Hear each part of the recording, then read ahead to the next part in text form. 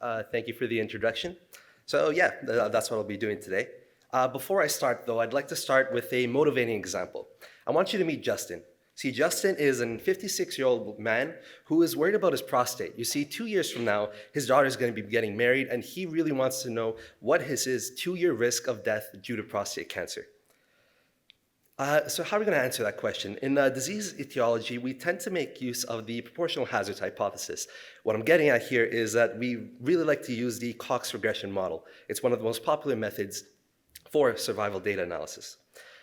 But in this case, something we're going to need is the absolute risk, because his question is he wants to know his probability and not some ratio compared to someone else. So to do this, one of the popular ways is to go about it parametrically.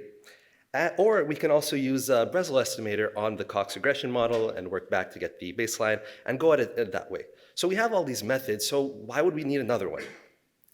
So Julian and Hanley found that survival analysis rarely produces prognostic functions, even though there's software that is widely available in a bunch of Cox regression packages. And why I'm specifying Cox regression is because it's one of the most popular ones. They believe that this is due to the stepwise nature of the curve that is generated, as it reduces the interpretability of professionals when they would want to use it. They also wanted to make it very easy to model non-proportional hazards, and ultimately they're trying to produce a streamlined approach for reaching a smooth absolute risk curve for multiple parametric models. Now, it's not just them. There's also Dr. Cox who mentioned his own perspective in an interview a while back. And specifically what I want to highlight here is the bottom quote. Where Cox said, if you want to do things like predict the outcome for a particular patient, like our friend Justin, it's much more convenient to do that parametrically. Now, Justin doesn't entirely care too much about what I've talked about so far. He wants to know his answer. So we're going to need a data set. Luckily, in the KSpace package, we have the European randomized study of prostate cancer screening data that we'll be using for our example. There are about 150,000 men ages 50 to 69 where they are examining the effect of death would have on prostate cancer. The effect screening has on the death of prostate cancer. So the data set is relatively simple. We have the screening arm, which tells you whether or not you're in the screening group, the follow-up time for each patient, and whether you experienced the event or were censored by the time your presence in the study was finished. So to be clear, what we're going to be doing is using the ERSPC dataset and the KSpace method to determine Justin's absolute risk for death by prostate cancer. So we know the data, we know the problem, but we haven't really talked about the method, which is probably why most of you are here. Now, KSpace is a method that makes use of a clever sampling method that I'll be describing in detail, which allows you to fit parametric models using logistic regression, which I'll be describing in way less detail. And KSpace is ultimately a parametric model that allows different parametric fits by incorporation of the time component in different ways. There's also the implementation for a population time plot, which some of you may not be familiar with, and I'm going to be using that to describe how exactly this KSpace sampling occurs. So let's build up this population time plot. On the x-axis, we have the follow-up time in years for at least this data set, and on the y-axis, we have the population. But what I mean by that is each individual being lined up so that each individual's follow-up time will be highlighted within this plot. Also, what we're going to be doing is sorting them so that you have the individuals who are in the study for the least amount of time on top and the most amount of time at the bottom. This allows you to get an idea of, for example, in this case, we had multiple cohorts who were introduced in the study at different times, at 5 different time points, corresponding to the cliffs that you see. So next thing we're going to do is highlight the actual events that occurred. This obviously is along the edge of this plot due to the nature of the event occurring at the end of your time of the study. But especially from this distance, it probably looks like a red line that doesn't really tell you much about anything. So what the population time plot does is it randomly redistributes all those points within that gray space, which helps you get a visual representation of the actual incidence density. So for example, from years 0 to 5, we have a much lower incidence density compared to years 5 to 10. And to do this, all we have to use is the pop time function where we specify the data set, the event variable, and the time variable. Actually, before I get into that.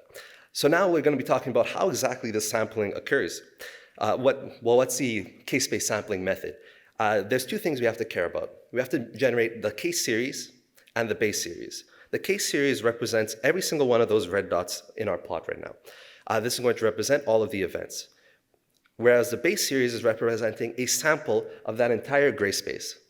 So rather than focusing on that edge on our where we would normally do in survival analysis, we're going to be focusing on the space represented within.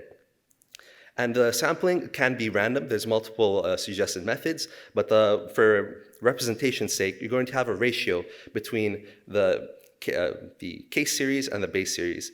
And I find that this type of plot is actually nicely representative of that. So what we have here is that all of our case series are represented by the red dots, and all those gray lines, which are actually dots themselves, would be representing the base series.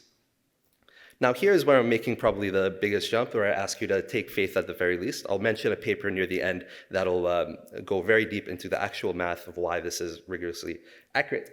But because of the sampling method, we're at a position where we're able to model the log of the hazard using logistic regression, now with a small offset.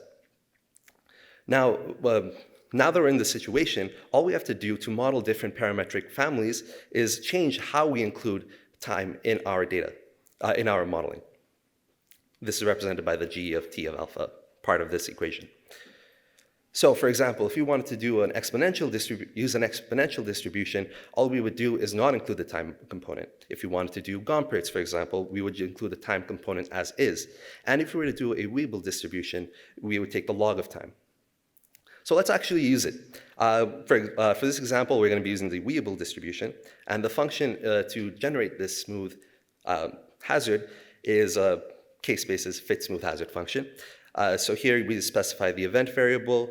In this case, we're doing the Weibull, so this would be log follow-up time, and then we specify the covariates you want to include, the data set, and the ratio. So the ratio is important because it gives you the ratio between for here, 100 would represent for each element in your case series, you have 100 elements in your base series. Also, if you were to do a, pull the summary out of this model, this is the output that you would get. Now, the reason I'm showing you this isn't really to highlight the coefficients, but it's to highlight the fact that we really are doing GLMs now using survival data. So let's actually compare that. I won't have time to talk about the math, but how does this fare in practice?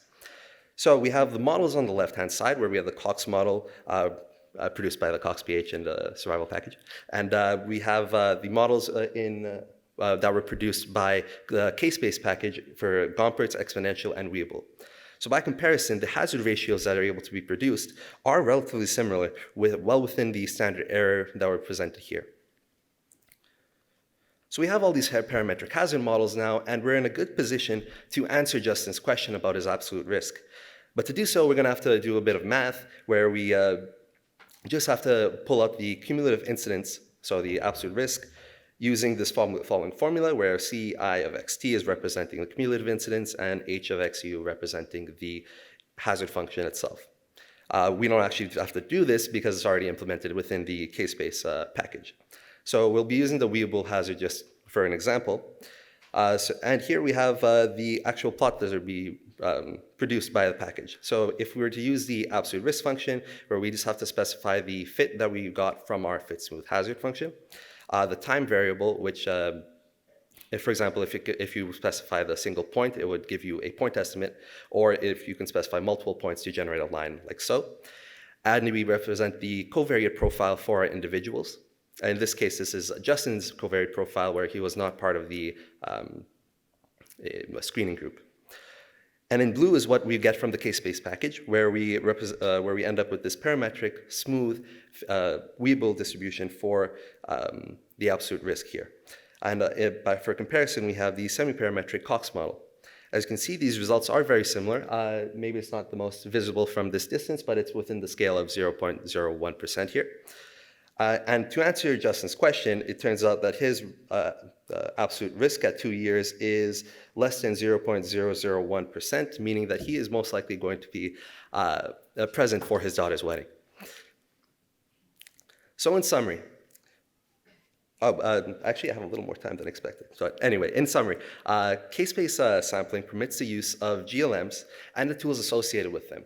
So this would include things like regularization, which are much easier to implement now just by changing the loss function. Then there's also the different tools like the information criteria and so on. The KSpace package has tools that will help you generate population time plots to understand the incidence density, the hazard functions, the absolute risk, and it also has the ability to produce flexible fits through splines, which I haven't mentioned today. And it also is able to deal with competing risks using the same method as before, where you just have to fit the smooth hazard and pull out your absolute risk. Here are some references. The first reference from Hanley is very useful for understanding at a general level what is happening and why this sampling allows for the use of logistic regression, whereas a second paper by Sorella dives deep into the math itself. This is just a bunch of other references I used. But for the sake of everyone here, in case you want to go deeper into it and use it, there's a tutorial posted on Dr. Bhatnagar's website for KSpace itself. He dives more into the splines aspect, but uses a similar approach for all that was presented. And we also have, in the same vein of open science, everything, all the code that I use to generate these slides are available on my GitHub. Yes, I actually have a few more minutes, so I'm going to skip ahead a little bit. So there's an appendix section. I didn't really talk too much about the, what's it called, the competing risks, but there is competing risks that can be modeled within our KSpace package as well. This is not too important. So the data set I'm using, we're looking at two diseases. It's acute lymphoblastic leukemia and acute myeloblastic leukemia. There's more information in this data set, but it's present in the KSpace package. So we have the status variable, where as you can see, there's a competing risk now, and we also have the follow-up times. And to fit our model, it's very simple. All we do is use the fit smooth hazard function and the absolute risk function on our smooth hazard that we fit. And then we end up with the following two graphs. Now, these two graphs are for individuals representing both an individual who is in the acute lymphoid leukemia group and the acute myeloid leukemia group. In red, we have the KSpace curve that is generated for the absolute risk. In green, we have the fine-grained model, and we also have the Kaplan-Meier in blue, just for comparison. As you can see, the results are very similar and suggest, though there is no math here, that this method is something that can be of use to people who want to produce prognostic risk functions. I'm going to leave it at this slide and say thank you.